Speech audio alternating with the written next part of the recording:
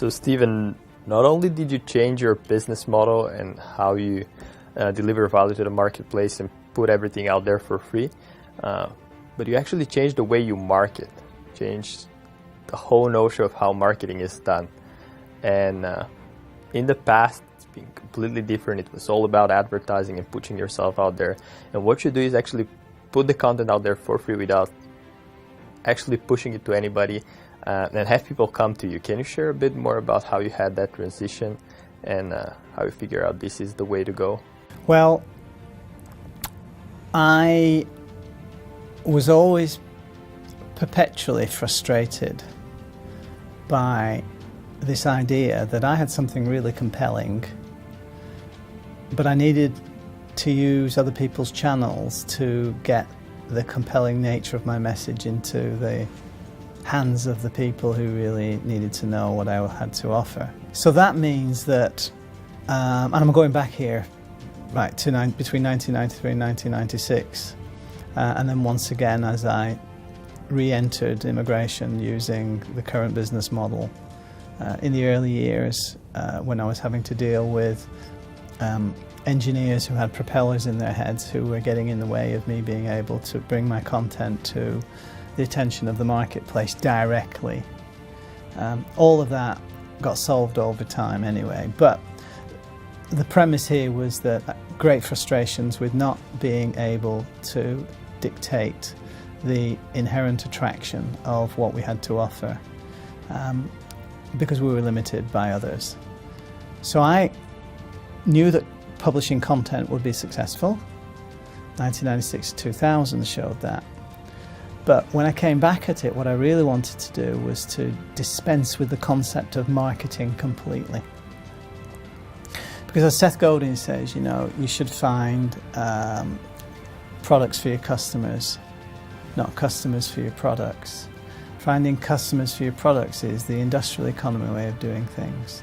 Today, because of latent capabilities of technology and the internet, you don't have to think in that way. You can say to yourself, right, I've got this platform called the web, and I've got all these tools, and I've got my knowledge and know-how of what my proposition is. And I know what's inside the head of the customer, and I know what problems they're trying to solve. So how do I configure what I'm all about to put myself directly into their hands, and whatever happens as a result of that exchange, I'm delivering value, knowing that a certain part of it will turn into value that's representing cash for me. Right, that's my financial return.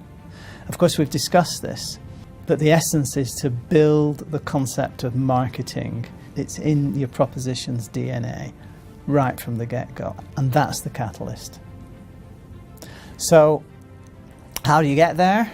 Well, it's understanding your marketplace, right? It's being unafraid to push your own boundaries of understanding what's actually going on around there.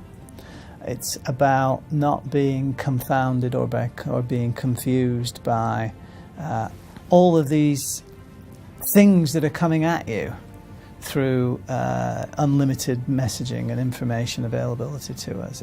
You can drown in all the potentials and all the possibilities. It's a question of where do you start to look? How do you make sense of it all? So you need to dispense with all of that.